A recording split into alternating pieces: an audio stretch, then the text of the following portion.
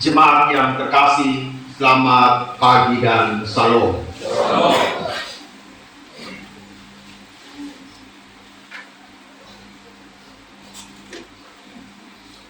Tema kita hari ini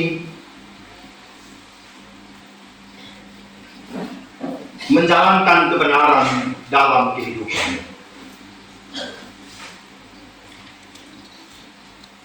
Bukanlah sebuah perkara yang mudah ketika kita katakan bahwa saya ingin melakukan kebenaran di hidup ini.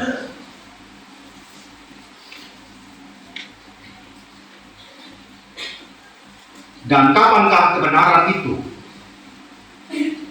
Idealnya kita mau untuk melakukannya dan mau untuk diajarkan.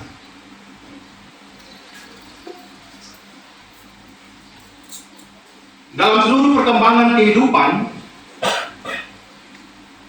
kebenaran itu kadang-kadang bisa dimanipulasi sesuai dengan pesanan,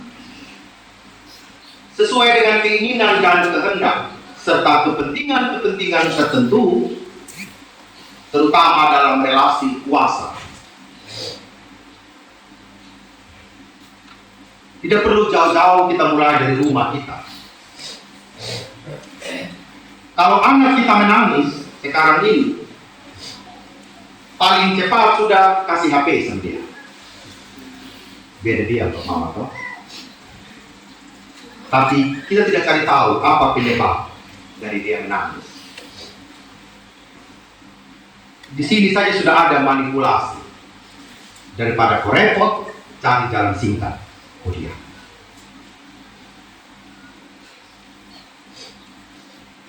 Kalau anak-anak kita tidak mau makan, beberapa anak kalau makan ini mau tahuin aku dulu.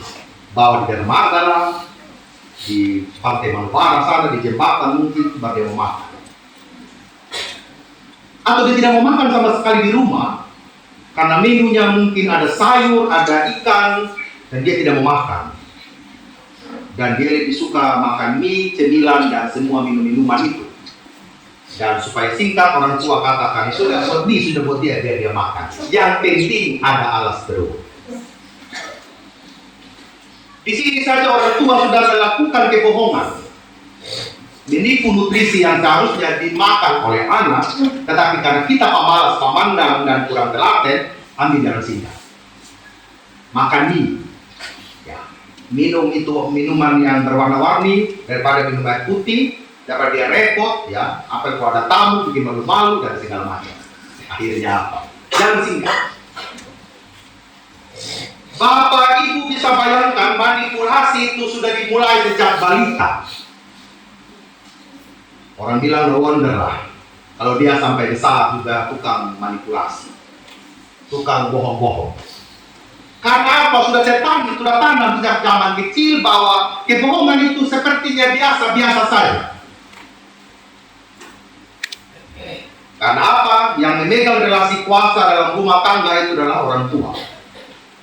Dan ketika relasi kuasa itu tidak ada dalam tataran kebenaran, disitulah kebohongan demi kebohongan, manipulasi demi manipulasi terjadi dalam realita hidup ini.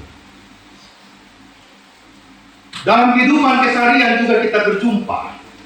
Ya. Kadang fakta jadi gosip, gosip jadi fakta. Dimulai dengan passwordnya, Usi Sudengan. Itu mulai. Usi Sutahu. Sekarang bapak-bapak itu sudah mulai, bro, Sutahu tidak? Nah, sudah mulai. Ya. Bukan kita omong nama Ini Melati dia bikin begini. Memangnya Melati itu bukan nama, itu pucuk labu. Nah, itu. Jadi kadang-kadang kita tidak tahu lagi ini mana ini yang benar, mana yang gosip, mana yang fakta. Pokoknya semua sudah campur-campur jadi satu. Dan tidak gampang untuk menilai apakah itu kebenaran atau tidak. Terutama kita para pelayan ini, kadang-kadang bisa jatuh pada berat sebelah. pihak mana duluan yang kita dengar? Kalau istri datang duluan cerita sama kita, berarti istri sudah yang paling benar. Kalau suami datang cerita duluan curhat sama kita, oh suami paling benar ya. Apalagi kalau pendeta mulut landas gitu ya. Iya, betul suami istri begitu itu. Tambah membenarkan diri. Jadi kalau Bapak Ibu kalau cerita sama saya diam-diam saja, bukan saya ingin bela siapa-siapa ya. Sekarang dalam segala persoalan dalam organisasi manapun, saya rem untuk tidak mengeluarkan satu tulisan atau apapun, karena itu bisa dipelintir oleh siapa saja. Tidak gampang. Karena orang yang merespon itu selalu beda-beda.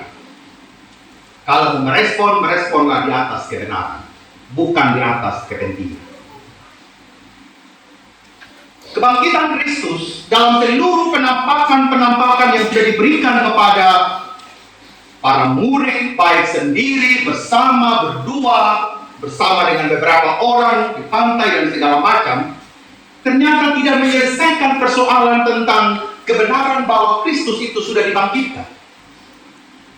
Ada persoalan baru yang dialami bahwa mahkamah agama yang sebenarnya sebagai institusi dari kebenaran itu ternyata mampu untuk membuat sebuah cerita manipulasi dengan membayar para serdadu dan mengatakan mayat Tuhan Yesus itu sudah dicuri.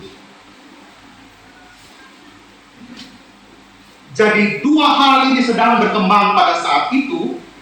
Ya, kita bayangkan belum ada Facebook, belum ada media sosial untuk mengklarifikasi, belum ada televisi dan lain sebagainya. Jadi informasi juga ini terbatas.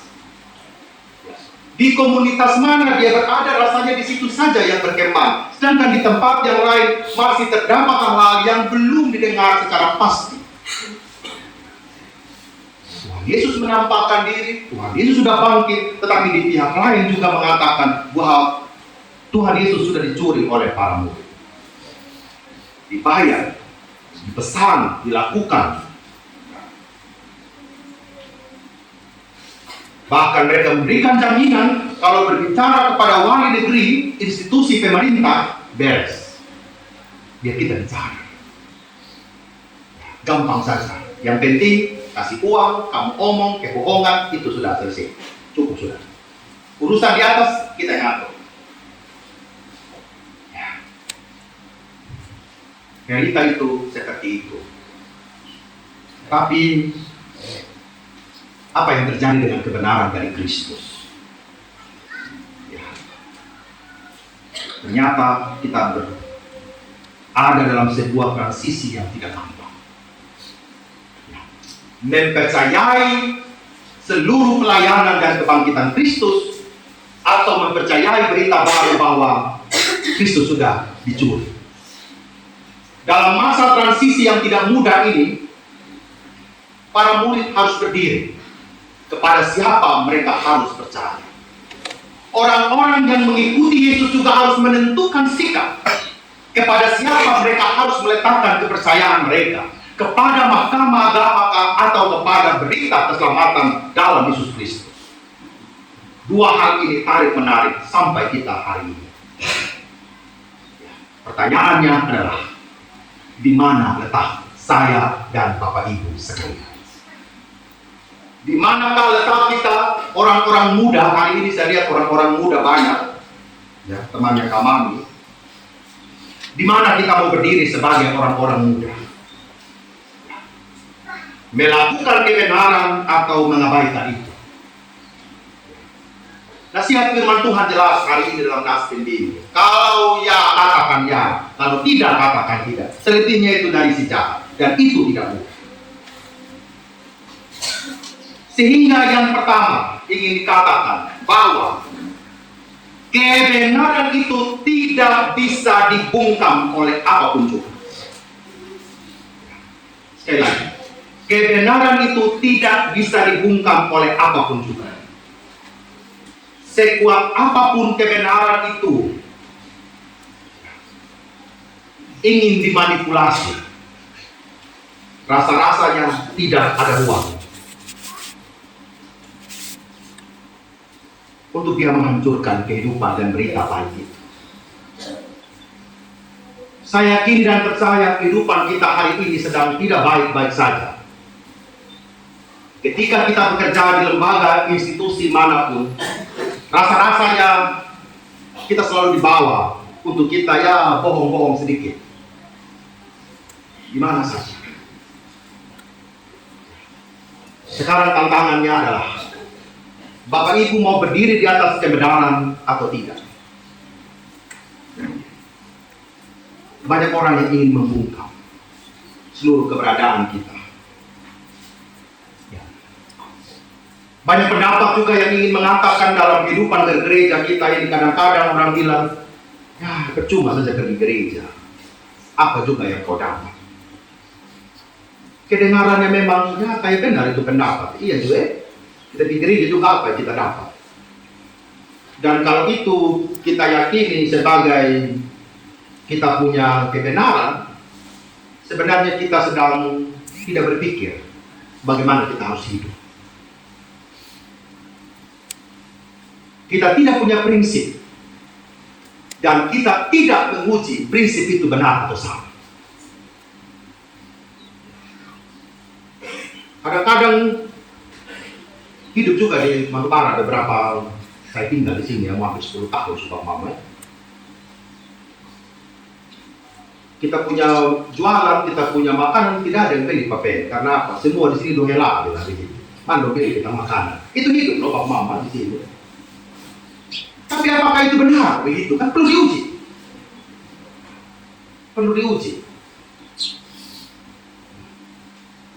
Bukan 1-2 bangsa yang hidup di sini. Segala bangsa hidup. Bapak Mama harus menguji itu. Benar atau tidak? Jangan terima menta-menta saja. Sebelum kita melakukan sebuah usaha, dari setiap apa yang menjadi kebenaran yang harus kita tembus itu.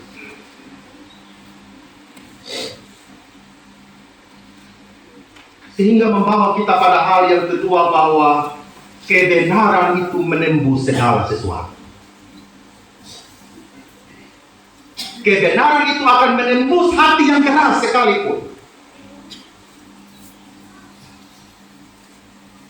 Seringkali kita katakan, Pak Pendeta saya sudah mengampuni dia, tapi dia tidak mengampuni saya. Percuma saja. Tidak Bapak Ibu. Bapak Ibu sedang berada dalam kebenaran Allah untuk mengampuni orang lain. Memang tidak ada keuntungan materi yang kita dapatkan hari ini kalau kita melakukan kebenaran, bahkan kita tambah sengsara. Oh, kalau hidup jujur Bapak Mama, kita tidak akan dapat apa-apa. Ya betul sudah. Di kantor orang korupsi rame-rame, kalau kita tidak terima itu uang, kita sengsara. Dan uang ojek, lakui, begitu sudah.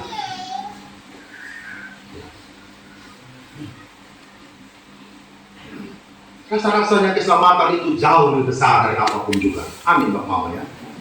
Keselamatan itu jauh lebih besar dari apapun juga yang dunia ini tawarkan kepada kita.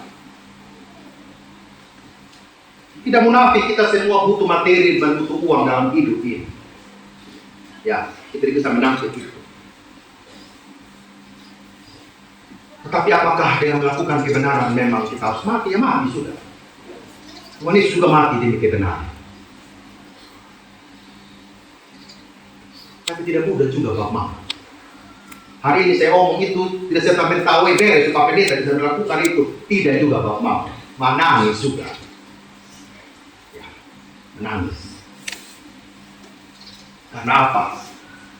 Kebenaran itu kalau kita lakukan menjadi bahan ejekan, menjadi bahan cemoohan, menjadi orang yang aneh di tengah angkatan hari ini. Begitu Pak Ma. Kalau kita hidup jujur, hidup tulus, ya, menjadi bahan tertawaan hari ini. Buat apa kau pergi pagi di kantor jam 7:30 kau sudah ada di sana. Yang lain itu udah makan sini pas ini bersama. Dia. Tapi kita di kantor. Setuju Pak Mama ya? Dia itu. Tapi saya sebagai pegawai, saya mau datang di kantor 7:30, saya mau duduk, pulang jam 3. Selesai. Itu hubungan saya dengan Tuhan. Bukan menyenangkan manusia. Mau menyenangkan hatinya Tuhan. Jadi kalau dulu waktu SD sekolah itu, kalau kita pagi-pagi sudah ada Malaysia di rumah, bapak sudah bilang, nah, hari ini pemalas ke sekolah ya? Iya, ya sudah, tulis surat, izin, bahwa kami pemalas ke sekolah. Omong apa ada nih? Jangan tipu-tipu, gue bilang guru gitu ya, omong. Jauh lebih baik. Tapi kadang-kadang kita bilang begini, nanti orang bilang apa? Kan begitu ini kita. Nanti orang bilang apa? Ya biasa dia tidak punya mulut. Ya kan ya. Tapi kita mau melakukan apa yang baik. Ini kalau kita pergi perkunjungan, ada kata-kata selalu terucap, ini Pak Pendeta suatu lama di gereja, nanti orang bilang apa gitu ya. Ini biasa dia ngomong, dia punya mulut, saya bilang begitu kan. Tapi catatan nanti Tuhan bilang apa, itu yang paling penting, Tuhan bilang apa, itu.